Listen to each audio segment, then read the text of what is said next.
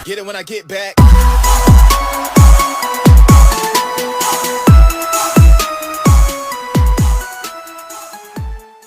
Siapa Mustafa Kemal Atatürk? Mustafa Kemal Atatürk adalah presiden penghancur Khalifah Utsmani. Dialah presiden pertama dari Republik Turki sekuler. Dialah dalang dibalik kekacauannya Khilafah Utsmani sampai Khilafah Utsmani harus runtuh pada 3 Maret 1924. Dan ketika Mustafa Kemal Atatürk berkuasa di Turki, dia menjadi diktator pertama di dalam dunia Islam. Dia memerintah dengan tangan besi. Habis semua umat Islam dalam genggaman tangannya. Tangannya berlumuran darah umat Islam yang menghendaki agar Khalifah Utsmani kembali menghiasi bumi Istanbul. Mustafa Kemal juga yang menghapus segala bentuk hukuman syariah.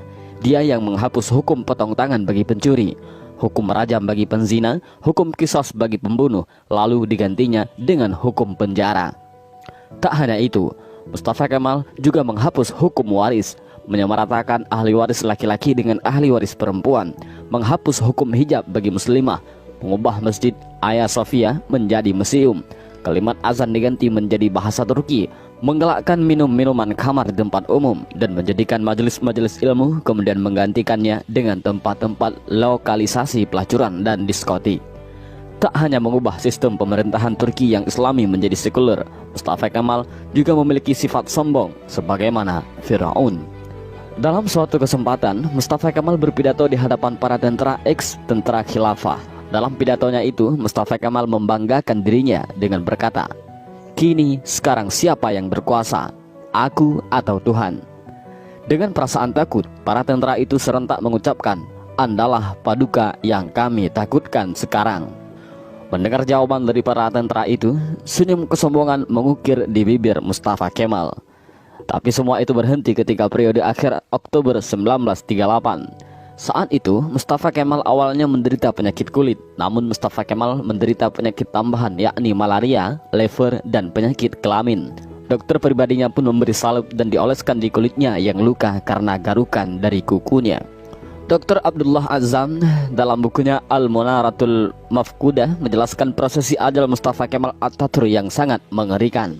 Menurut Dr. Abdullah Azzam, sebuah cairan berkumpul di perutnya secara kronis, ingatannya melemah, darah mulai mengalir dari hidungnya tanpa henti. Untuk mengeluarkan cairan dalam tubuhnya, dokter pun menusuk jarum di perutnya. Tapi hasilnya perutnya membusung dan kedua kakinya membengkak. Wajahnya pun menjadi pucat pasi dan terlihat seperti tengkorak. Mustafa Kemal yang sedang sakit menderita itu, kesehariannya dilengkupi rasa panas yang luar biasa. Bahkan, gatal-gatal dari tubuhnya semakin menjadi-jadi, hingga dia merasa tak tahan lalu menjerit sampai terdengar di seluruh istana. Para pekerja istana sangat ketakutan. Ketika Mustafa Kemal sudah menjerit karena kesakitan, badannya yang panas hingga melebihi suhu normal membuatnya tak mau masuk istana. Dia meminta dibawa ke tengah-tengah laut untuk menurunkan suhu tubuhnya, tapi suhu tubuhnya selalu naik dan malah panas. Syekh Dr. Said Husin Al-Afani dalam kitabnya Al-Jaza min Jinsil Amal mengisahkan bahwa sebenarnya Mustafa Kemal sudah mulai menderita kanker hati pada tahun 1936.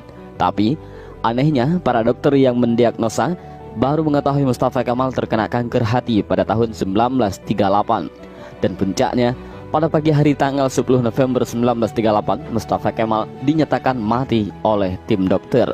Sakratul maut yang amat mengerikan bagi pengkhianat dan penghancur Khalifah Utsmani. Bahkan ketika akan proses pemakaman pun, para ulama Turki menolak untuk menyolatkan jenazah busuk Mustafa Kemal. Baru di hari ke-9, atas desakan dan permintaan dari adik perempuan Mustafa Kemal, barulah para ulama dan rakyat Turki mengkafani, menyolatkan dan menguburkan Mustafa Kemal.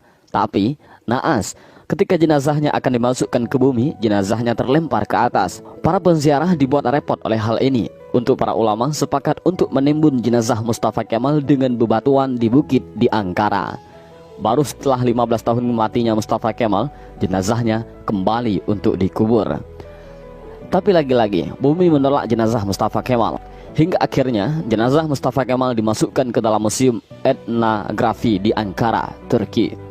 Jenazahnya ditimbun dengan bebatuan marmer yang bobotnya sampai 44 ton. Dan jika Anda pergi ke Museum Etnografi di Turki untuk melihat makam Mustafa Kemal, para pemandu museum pasti akan menyemprotkan parfum yang paling wangi ke pakaian Anda. Sebab, jika Anda sudah mendekati makam Mustafa Kemal, pasti akan tercium bau yang lebih busuk dari bangkai. Pihak museum pun mengakui.